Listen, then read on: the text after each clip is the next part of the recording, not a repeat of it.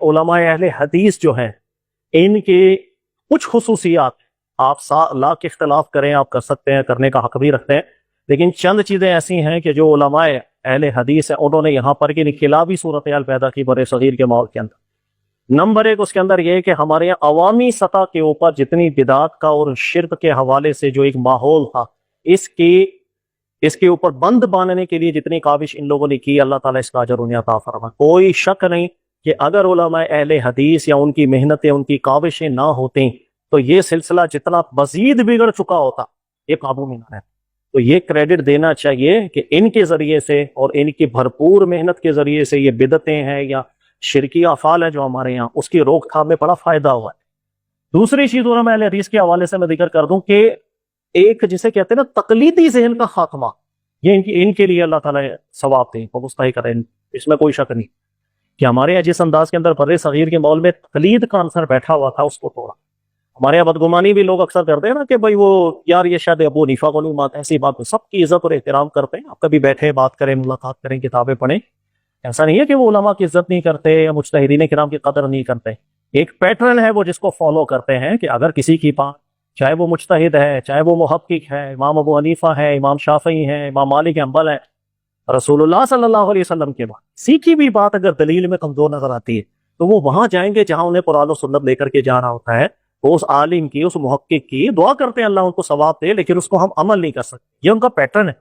کہنا وہ تمام علماء کے اقوال کو پڑھیں گے، اجتہادات کو دیکھیں گے، پھر دیکھیں جو بات دلیل میں زیادہ مضبوط ہے اس پر عمل کرتے ہیں۔ تو یہ ایسا نہیں، آپ بیٹھے ہیں علماء جو صحبت لیں آپ کو پتہ چلے گا، ایسا نہیں کہ وہ مجتہدین کرام سے متعلق کوئی بغض رکھ کے دلوں میں بیٹھے ہوئے، ایسی بات بالکل نہیں ہے۔ اور تیسری چیز یہ کہ یہ میرا ذاتی تجربہ ہے، ظاہر ہے کہ اہل حدیث مکتب فقہ سے میرا تعلق نہیں ہے، لیکن سلام دعا جتنی دوستی یاری میری رہی ہے آج بھی ہے، میں جس تجربے پہ پہنچا ہوں،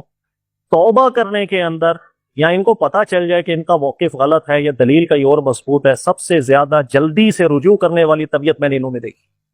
یہ میرا اپنا ذاتی تجربہ ہے، میں 100% لوگوں کی بات نہیں کر رہا ہوں، میں اپنا ذاتی تجربہ آپ کو بیان کر رہا ہوں کہ میرے پاس بھی بہت سے لوگ آتے ہیں، بہت سے فرقوں سے متعلق ہیں، فکروں سے متعلق ہیں، اور کسی فرقے والے کو توبہ کرانا بڑا عذاب ہے، دنیا کا سب سے مشکل کام ہے، وہ نہیں مانتا غلطی، وہ مجال ہے اس کے لیے کہنا کہ آپ غلط ہے۔ لیکن یہ چیز میں نے دیکھی ہے الحمدللہ، اہل حدیث جو فرقے سے لوگ متعلق ہوتے ہیں ان میں بہت بڑی تعداد ایسی ہے کہ آپ ان کے سامنے جب دلائل رکھتے ہیں اور وزن محسوس کریں وہ مانتے ہیں، وہ کہتے ہیں ٹھیک بات آپ یا وزن۔ اس چیز کا مجھے بہت تجربہ رہا ہے، یہ چیز مجھے اچھی لگتی ہے کہ فرقہ واریت کے ماحول کے اندر یہ طبیعت سب سے زیادہ یہاں دیکھنے میں ملی ہے۔ اس کے مقابلے میں باقی افکار، باقی فرقے، وہ توبہ کرنا تو ان کے نصیبوں کے اندر شاید لکھا ہی نہیں ہے، یا ہوگا تو اللہ جس کو توفیق عطا فرمائے۔ تو یہ چند چیزیں ہیں، اور یہ ساری چیزیں آپ یقین کریں ساجد میر صاحب کے حوالے سے، اور کچھ عرصہ جس وقت وہاں بھی تھا تو میں سنتا تھا ان کی ذہن کی وسعت ایسی، یہ تربیت ایسے ہی کر رہے ہوتے تھے، اور ان کی مسجد کے جو لوگ تھے آپ ان سے بھی اگر ملاقات کریں گے نا، ان کا بھی دماغ ایسا زبردست ہے، سوچ ایسی پیاری ہے، ظاہر ہے وہ جن کو سنتے جن کے ساتھ رہے ہیں تو ان کی ویسے ہی نکھار آ جاتا ہے۔ تو اللہ تعالیٰ توفیق عطا فرمائے، اور یہ جو کاوش علماء اہل حدیث کی رہی ہے اللہ تعالیٰ انہیں بھی قبول کرے۔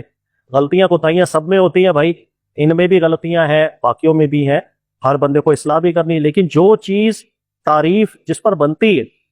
کنجوسی نہیں کرنی چاہیے۔ ہمارے یہاں کنجوسی بھی بہت ہو جاتی ہے، نہیں یا دوسرا فرقہ ہے تو غلط ہی ہوگا، وہ صحیح ہو ہی نہیں سکتا۔ ارے وہ مسلمان ہیں، کلمہ گو ہیں، اور بہت قابل لوگ ہیں، بہت پڑھے لکھے لوگ ہیں، دلائل میں غور و فکر کرنے والے لوگ ہیں، اور آپ یقین کریں کہ ہماری نجی محفل کبھی ہوتی ہے تو اس کے اندر ایسی اگر وہ البانی صاحب کی تحقیق بیان کریں، ان سے اچھی تحقیق سامنے رکھتے تو وہ بالکل کہتے ہیں یار یہ بات وزنی کر کے جا رہا ہے، ٹھیک ہے نا۔ تو اللہ تعالیٰ اجر عطا فرمائے، سبھی ہمارے بھائی ہیں، اور خطائیں بھی ہوتی ہیں، اللہ تعالیٰ اسے بھی درگزر کرے، دل کو وسیع رکھنا چاہیے۔